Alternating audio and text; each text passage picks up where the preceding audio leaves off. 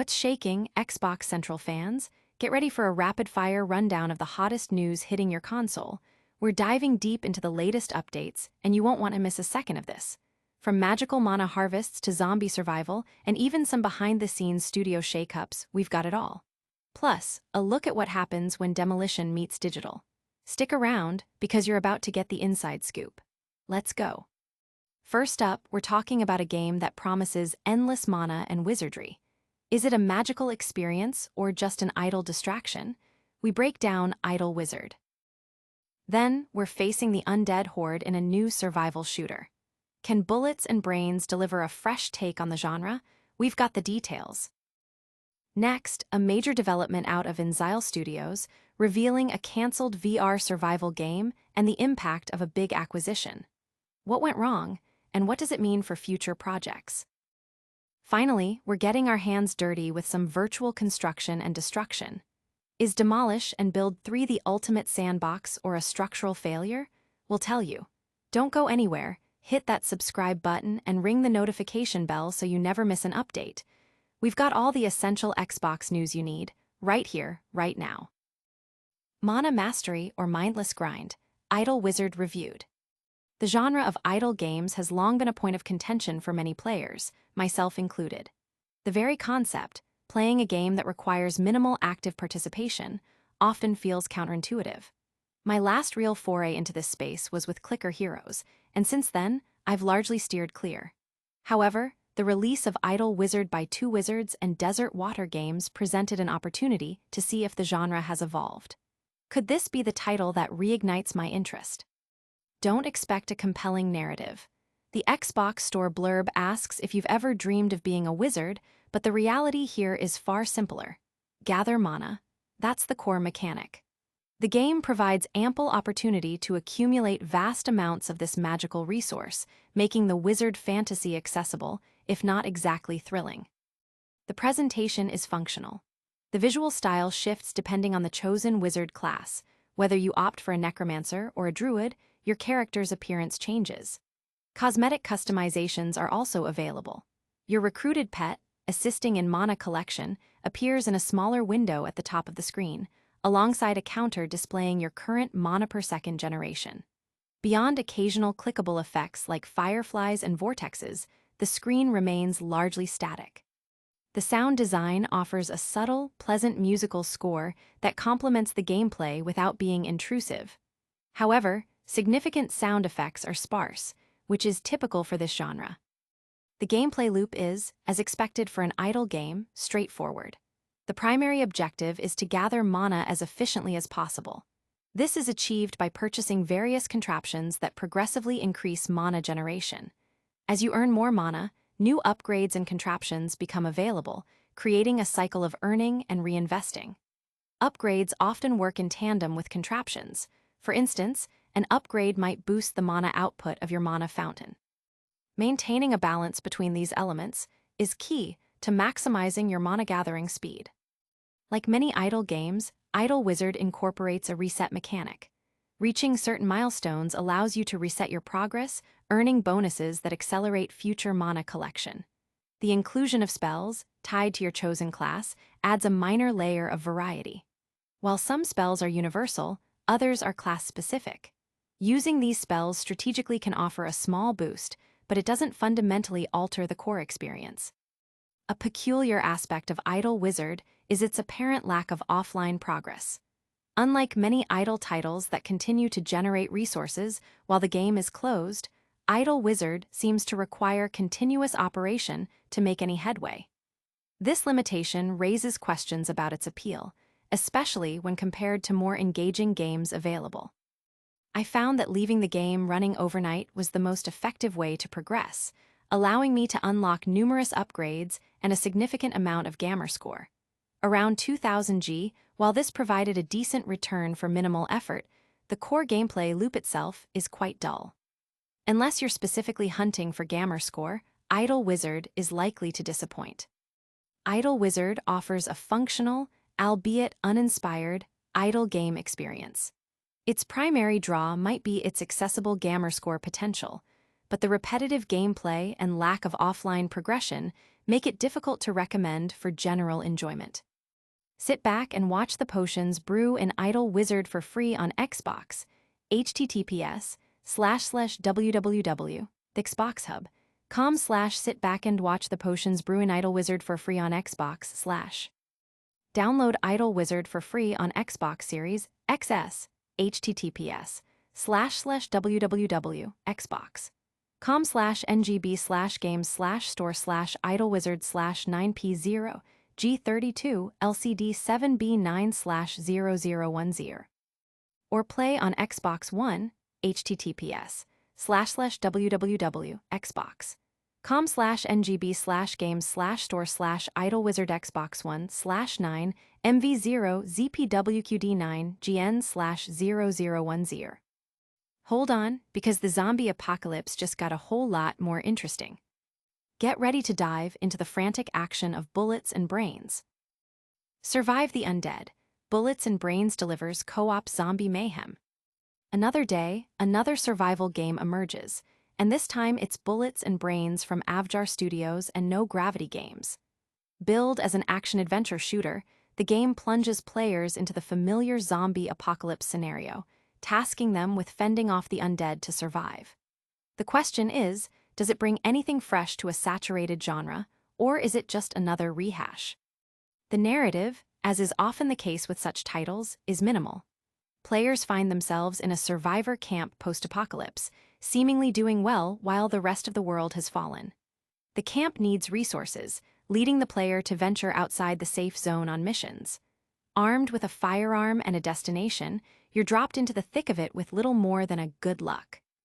Visually, Bullets and Brains adopts a traditional isometric 3D perspective, common in twin-stick shooters.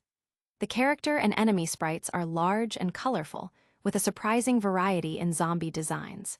The environments are equally diverse, ranging from forests and mountains to deserted city streets, all offering a maze-like navigation experience.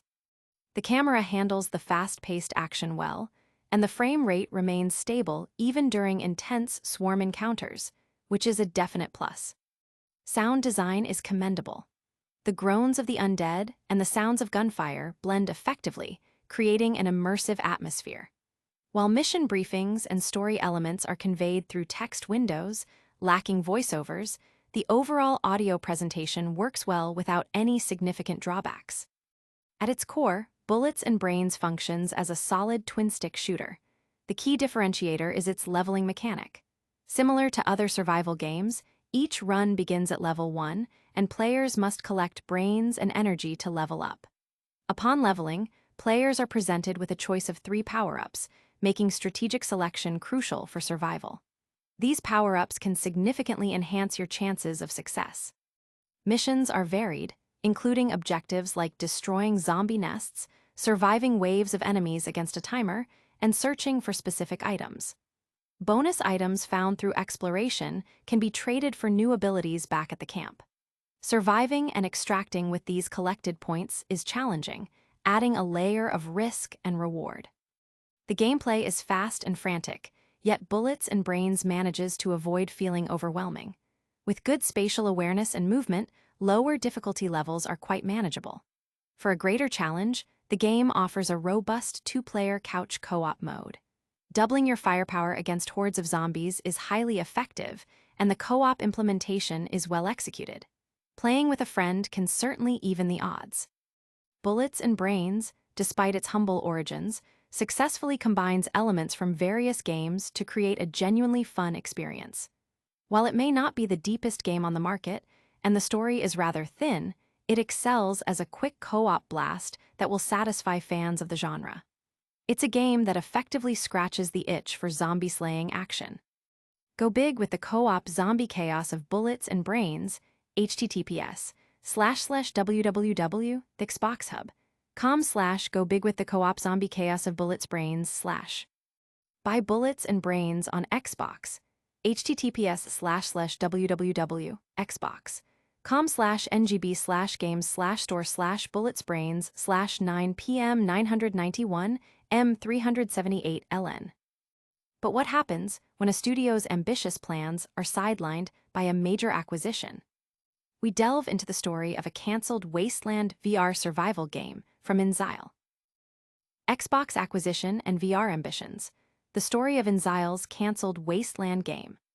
Long before the upcoming RPG Clockwork Revolution was showcased, developer InXile was deep in the development of a persistent server Wasteland multiplayer survival game, a project that was spearheaded by Brian Hicks, formerly the director of DayZ and a key figure in the birth of the battle royale genre.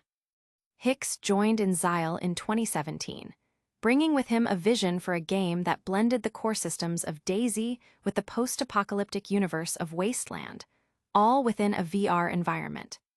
The concept was ambitious, a virtual world survival game set in the Wasteland universe, designed for persistent multiplayer. This meant players would experience the harsh realities of survival, managing resources, and encountering other players in a dynamic, open world. The game was intended to support 40 simultaneous players at launch, with aspirations to scale up to 100. Development faced a significant hurdle with the announcement and subsequent release of Bethesda's Fallout 76. As Hicks noted, Fallout 76, in its initial form, bore a strong resemblance to DayZ, a direction that was met with considerable backlash from fans who expected a more traditional Fallout RPG experience. This reaction deeply influenced InXile's approach. Brian Fargo, the studio's founder, recognized the importance of adhering to the established expectations of the Wasteland IP. He emphasized that players of a beloved franchise like Wasteland would have specific desires, such as branching questlines and meaningful NPC interactions, elements that were notably absent from Fallout 76's launch. In response to the critical reception of Fallout 76, the scope of InXile's Wasteland survival game expanded dramatically. The team felt compelled to incorporate more traditional RPG features to align with player expectations, a significant undertaking that shifted the game's focus. Hicks, coming from a background in survival game design with DayZ, found himself needing to adapt to the demands of intricate world building, narrative design, and quest development, areas less central to his previous work. The project involved collaboration with narrative designers, including Chad Moore, who had prior experience with acclaimed RPGs like Arcanum and Vampire, The Masquerade, Bloodlines. Esteemed RPG writer Chris Avallone was also involved, contributing to the game's lore and questlines. Despite these creative efforts, the project's trajectory was irrevocably altered when Microsoft acquired InXile Entertainment. According to Hicks, the acquisition by Xbox led to the game's cancellation. While Xbox leadership, including Matt Booty and Phil Spencer, expressed excitement about the project's potential, their primary concern was market viability and release speed. The question posed was about how quickly the game could ship on PC, indicating a shift away from the VR-centric design. Hicks explained that the game was fundamentally built from the ground up for VR, and a pivot to a non-VR experience would have necessitated a complete redesign of core systems, including player interactions and user interfaces. The market for VR gaming, at the time, was not seen as sufficiently large to justify the extensive redevelopment required. The development period was further complicated by external events such as the COVID-19 pandemic and broader societal shifts.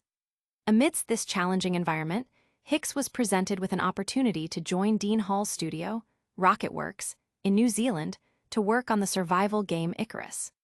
This move allowed him to step away from the pressures of redeveloping the Wasteland game for a new platform and focus on a different project. Hicks remains philosophical about the cancellation, viewing the experience as a turbulent but ultimately valuable period. He acknowledges that joining a larger entity like Xbox brings new realities and directives, such as adhering to the priorities set by leadership. The Wasteland VR survival game, therefore, never materialized in its original form. From ambitious survival games that never see the light of day to the satisfying chaos of destruction, we're looking at what happens when demolition meets digital in Demolish and Build 3. Demolish and Build 3, satisfying destruction hampered by awkward controls. Sometimes the most cathartic gaming experiences come not from building, but from tearing down. Demolish and Build 3, the latest entry in the construction simulation series from Polish studio Demolish Game, taps into this primal urge, offering players the chance to demolish structures and manage a construction firm. While the core concept is appealing, the execution, particularly its controls, presents significant challenges. The game begins with a tutorial designed to familiarize players with the business and its machinery. The narrative is delivered through text messages detailing job requests.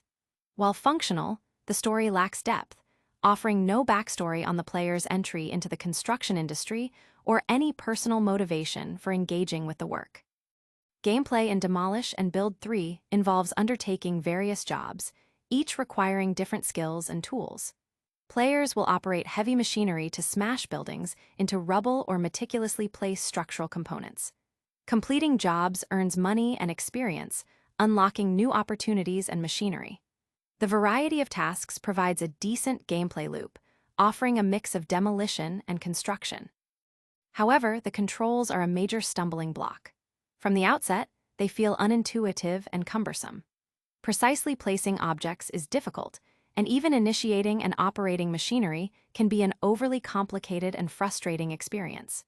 It's possible that these issues stem from the game's transition from PC to console, but regardless of the cause, the control scheme significantly detracts from the overall enjoyment. Beyond the control issues, Demolish and Build 3 can also become tedious. While some players might find the niche tasks engaging, many will likely experience the work as monotonous, especially when compounded by the frustrating controls.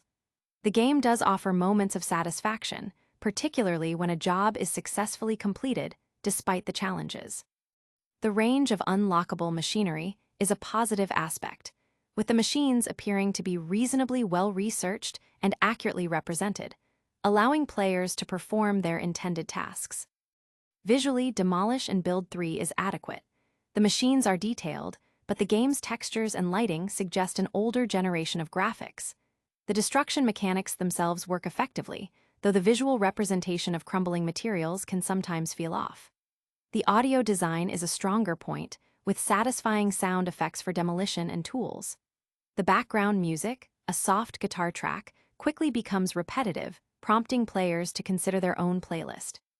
Ultimately, Demolish and Build 3 fails to live up to its potential, primarily due to its deeply flawed controls. Coupled with a weak tutorial and dated visuals, the game becomes a frustrating experience. While the variety of jobs and the appearance of the machinery are commendable, the core gameplay is significantly undermined by these issues. The game requires substantial refinement to become a truly enjoyable experience.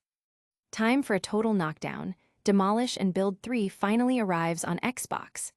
https://www.xboxhub.com/time for total knockdown. Demolish Build 3 finally arrives on Xbox. Buy Demolish and Build 3 on Xbox. https://www.xbox.com/ngb/games/store/demolish build 3/9 NDSK 226 HKX7. That wraps up our deep dives for today. Stay tuned for our lightning round recap, and don't forget to hit that like and subscribe button. And that's a wrap. We saw wizardry in Idle Wizard, dodged zombies in Bullets and Brains, learned about InXile's canceled VR project, and got our hands dirty with Demolish and Build 3. If you enjoyed this breakdown, smash that like button, subscribe for more, ring the notification bell so you don't miss out, and let us know in the comments which story you found most interesting. Follow us on social media for all the latest updates. Thanks for watching Xbox Central.